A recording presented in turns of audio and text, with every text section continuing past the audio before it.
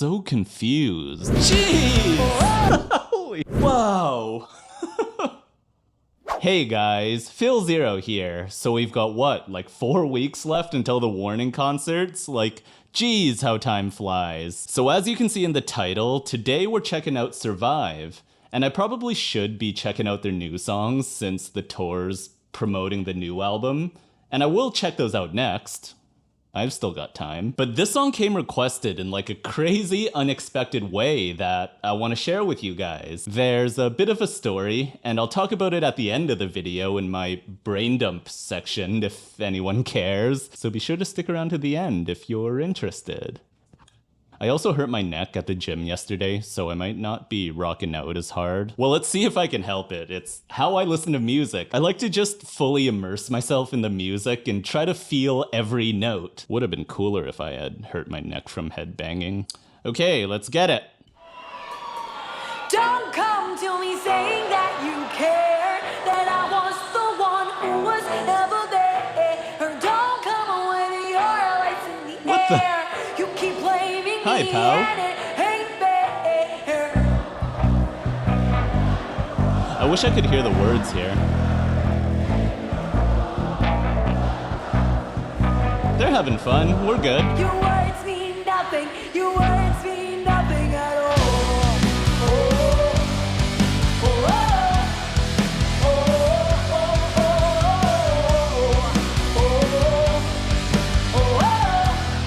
Okay.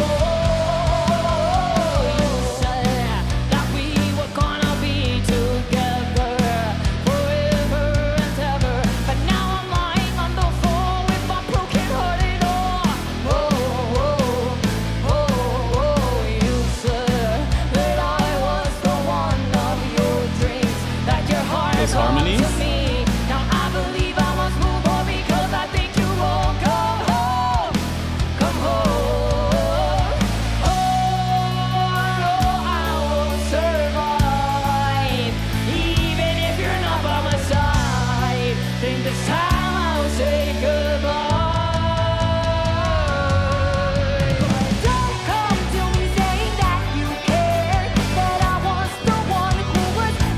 Oh, that's the chorus.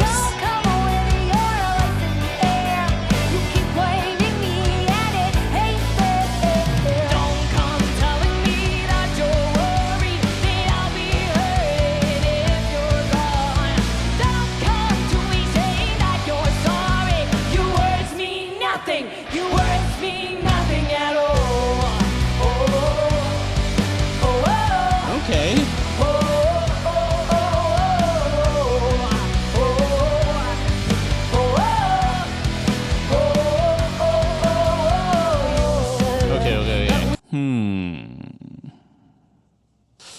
I can't believe I'm about to say this cliche reaction video line, but what did I just watch? I'm so confused, like, in a good way. But this is so fun already. I feel like I'm gonna get tricked in this song. There are too many wacky things happening in the composition, and I can already tell that something's gonna catch me off guard later. I don't know what yet, but that's my prediction at least. My spidey senses are tingling. I was not expecting this. So you know what time it is. Let's break this down. There's so much going on with the composition already. Like, this is gonna be a fun one.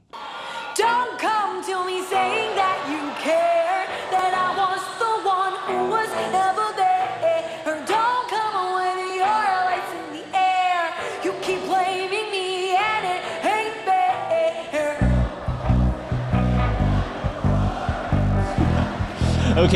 Okay, this isn't a breakdown thing, but look how happy they are and how much fun they're having. Their energy is just so infectious and authentic. Pau's just fully feeling the music, Ale and Danny are just taking it all in, and the crowd's into it. I'm not even mad that I can't hear the words here. Oh shit, I didn't even pay attention to the music. I was distracted. Okay, I know what I need. Musician mode on. Don't come to me saying that you care, that I was the one who was never there. Or don't come with your lights in the air. You keep blaming me and it ain't fair.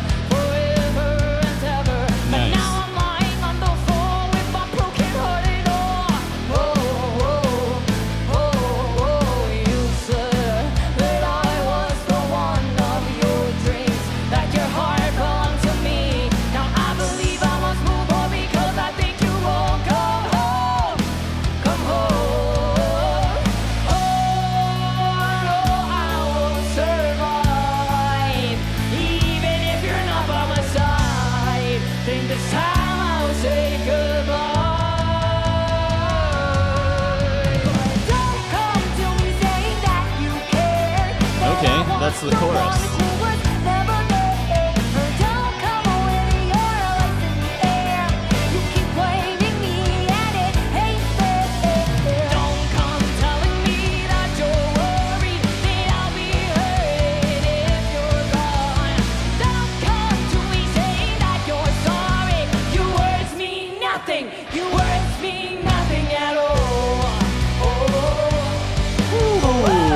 Okay, where do I start? There's so many dynamics to this already, like there's all these energy changes. So first thing, this song starts with a chorus, which you don't hear too much anymore in newer music. This song structure was more popular like 20-ish years ago. So standard song structure is verse, chorus, bridge, double chorus. But in the 90s and early 2000s, there was this variation that was quite popular, which is starting the song with the chorus as like an intro almost. I mean, the structure was always around, but I would say it was most prominent in like the 90s, 2000s era, and it was used more in like pop and R&B and hip hop. Like it was used in rock as well, but just not as much. It was also cool how Pau sings the first part of the chorus and Danny sings the second. Some people might call Pau's part the A chorus and Danny's part the B chorus because of the instrumental and feel change. I just call the whole thing a chorus. Too many words, too many letters. Forgot what else I was gonna say. The song's really catching me off guard. Don't come to me saying that you care, that I was the one who was never there. So the melody has this snappy, bouncy feel to it, and I talked a bit about this in the Bandmade Warning collab, that whenever you hear this kind of snappy rhythm, there's a good chance they're doing cool things with staccato notes. And staccato just means a note with a hard stop instead of being connected to other notes, or legato. Don't come to me saying that you care, that I was the one who was never there. So the notes aren't all connected. It's not da da da da da da da da da. But what she's singing is da da da da da da da da da. So they've got those staccato notes breaking up the legato notes to make it feel more bouncy and snappy. And the guitar's doing it too. The guitar was going da da da da da. Or don't come with your lights in the air. You keep blaming me and it ain't fair. I like it, I like it. I remember the chorus had something interesting too.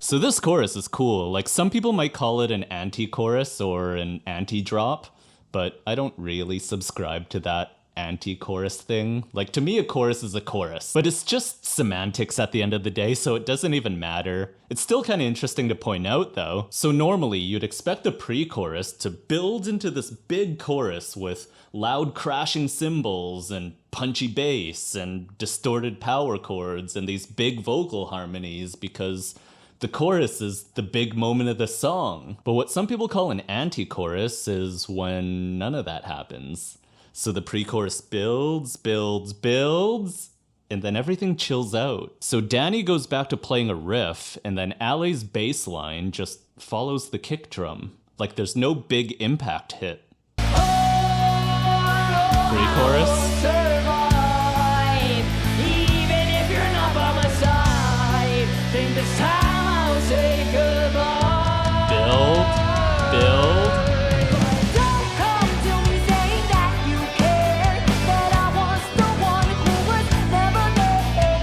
So you hear how there wasn't a big impact hit? So the drums were building like ba ba ba ba ba ba ba ba da da da da da da da da da. Like it almost sounded like it was going into another verse, but this is the chorus.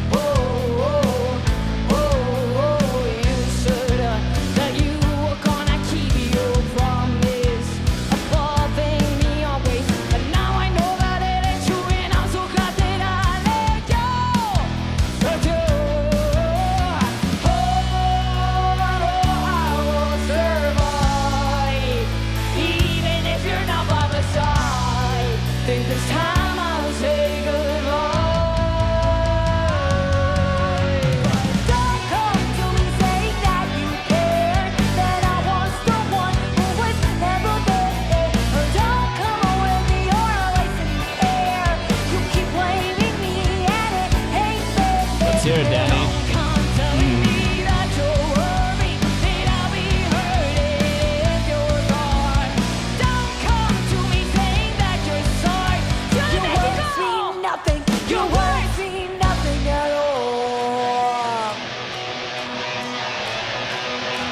Okay. ¡Vamos, Ciudad de México!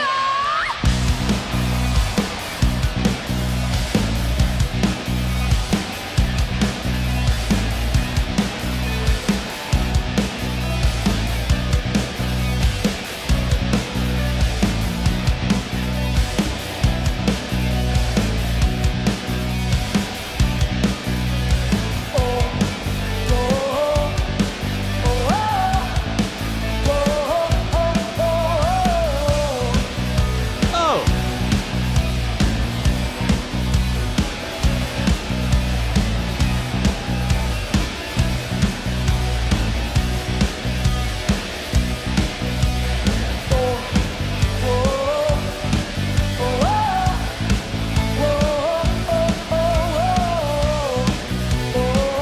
Jeez.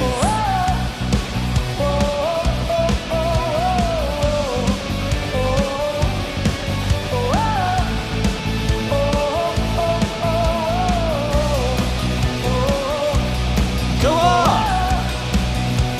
Danny.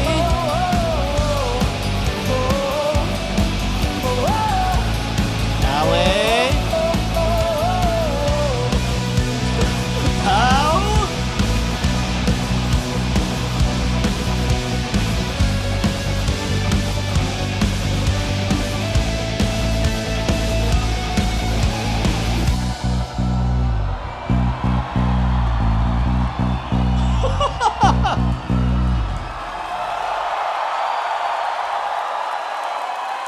Holy sh! Wow. Oh, I love this so much. They went off, and I knew something was gonna trick me. This is so vindicating. Like, this is what I've been trying to explain forever. So how do you melt faces without playing power metal shred solos? This is how. I need to listen to that again. God, that was good. Nothing. Your words mean nothing at all. Here we go. ¡Vamos, Ciudad de México!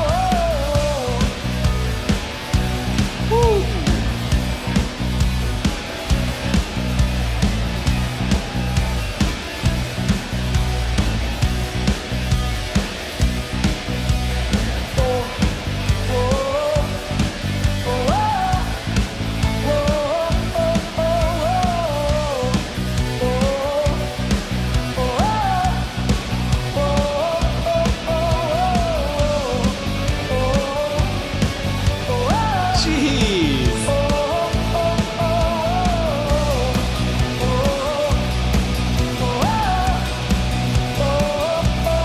Go off, ladies.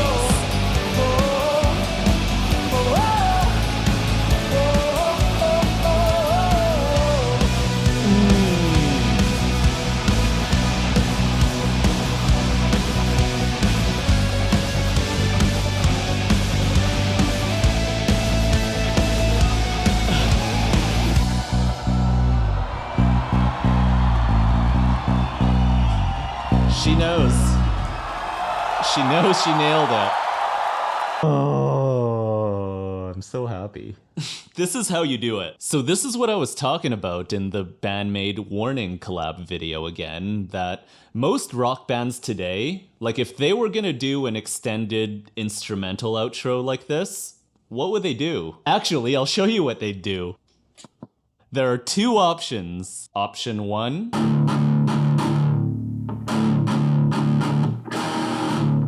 And option 2.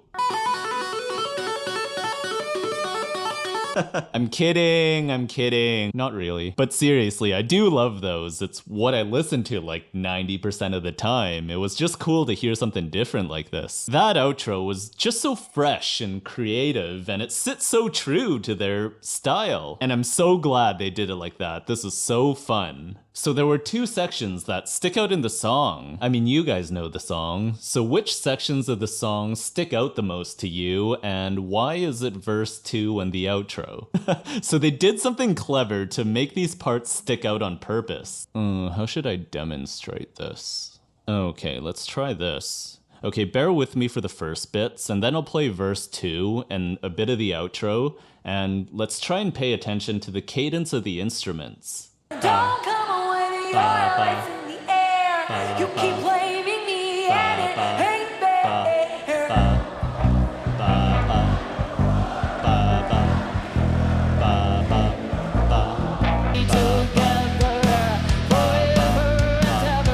You get the idea, right? I probably did that for too long, so that's the main groove of the song. Try and keep that groove in your head, and let's listen to the chorus. Don't come with your lights in the air. You keep blaming me and it ain't fair. So the intro chorus and then verse 1 and chorus are all the same groove, but listen to what happens when we get to verse 2.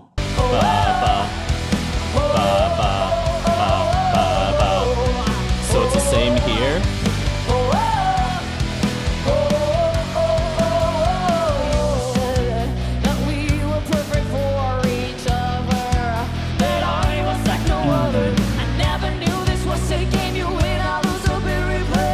So it switches up here. So the whole song has been the same groove up until this point. So that's why verse 2 sticks out, because of that contrast. But listen to what happens after verse 2. Now I know that it ain't true, and I'm so glad that I let go.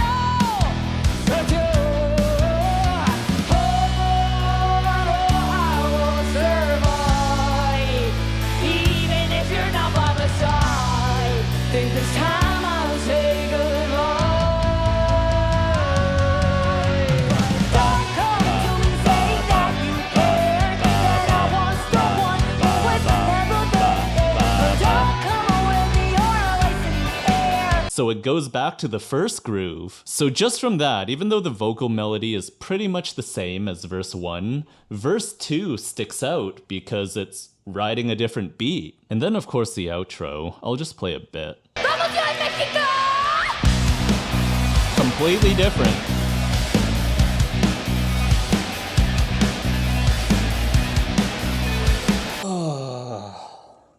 I got new headphones. I was always skeptic about this cloth ear cup.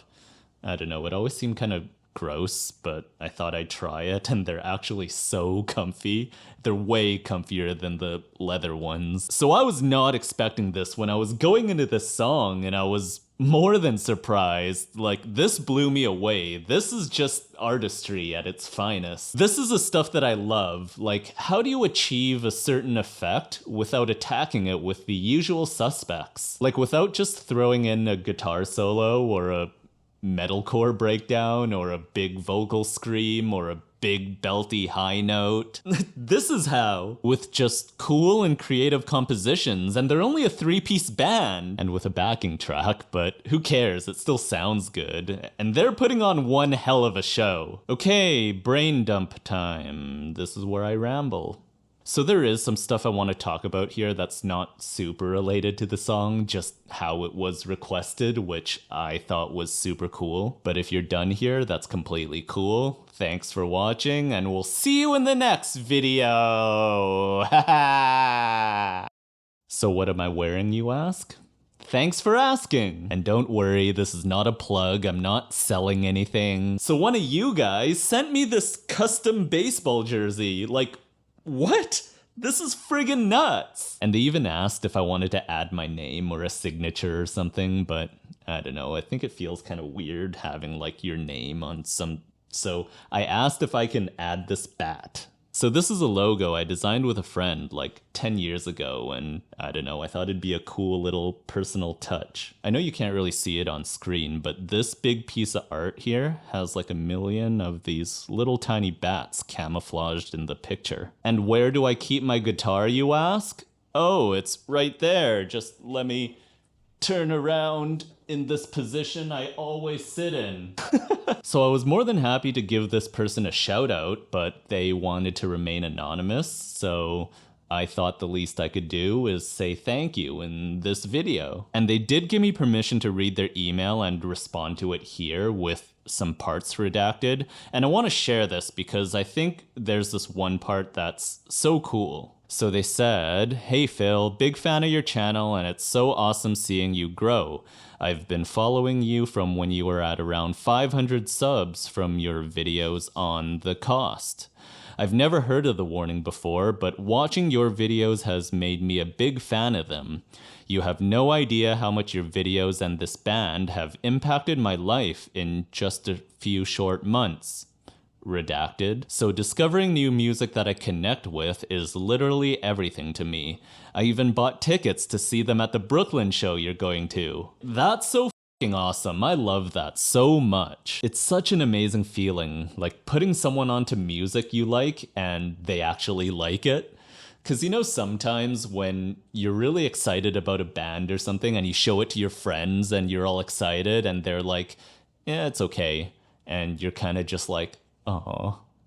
And I know I'm obviously a big music nerd, but I think putting someone onto a band or being put onto a band by someone else is like one of the best feelings in the world. Because you get this connection with someone over something as subjective as music. And of course, the band gets another fan. I don't know, it just makes me proud to be able to do that, to be able to support the band and to support music like that. It's just a good time all around. It's good for us, the fans and the listeners. It's good for the artists. And I don't really care about which genre or what's cool. Like, music you like is music you like. Doesn't matter who you are, where you're from.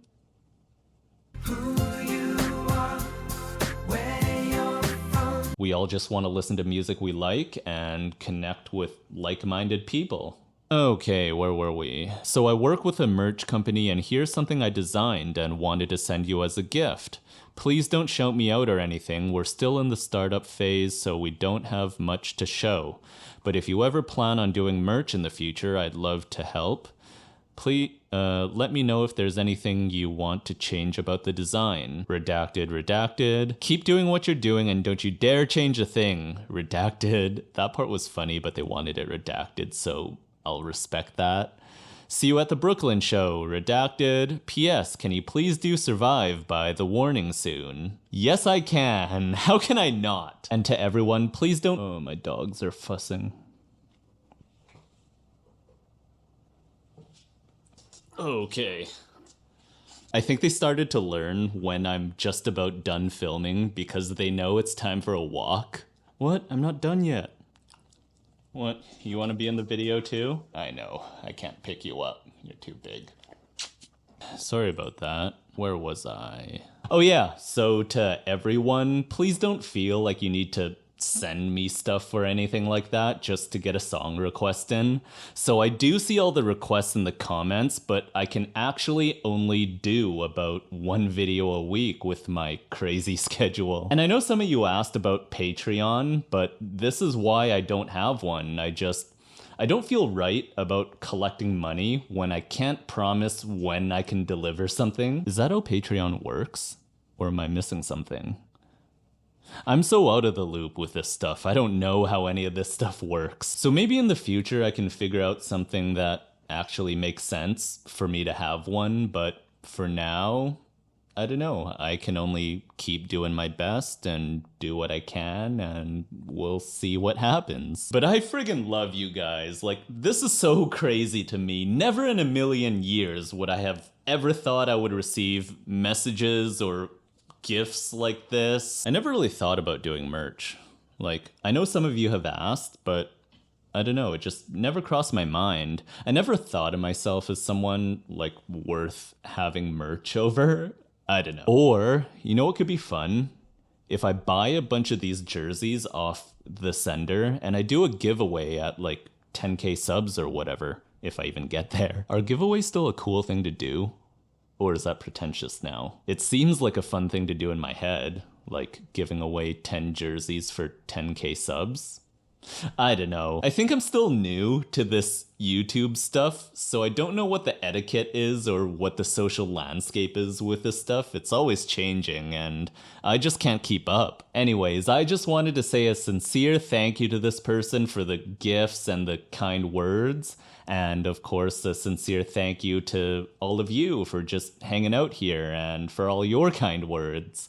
So as always, thanks for watching and we'll see you in the next video. Haha.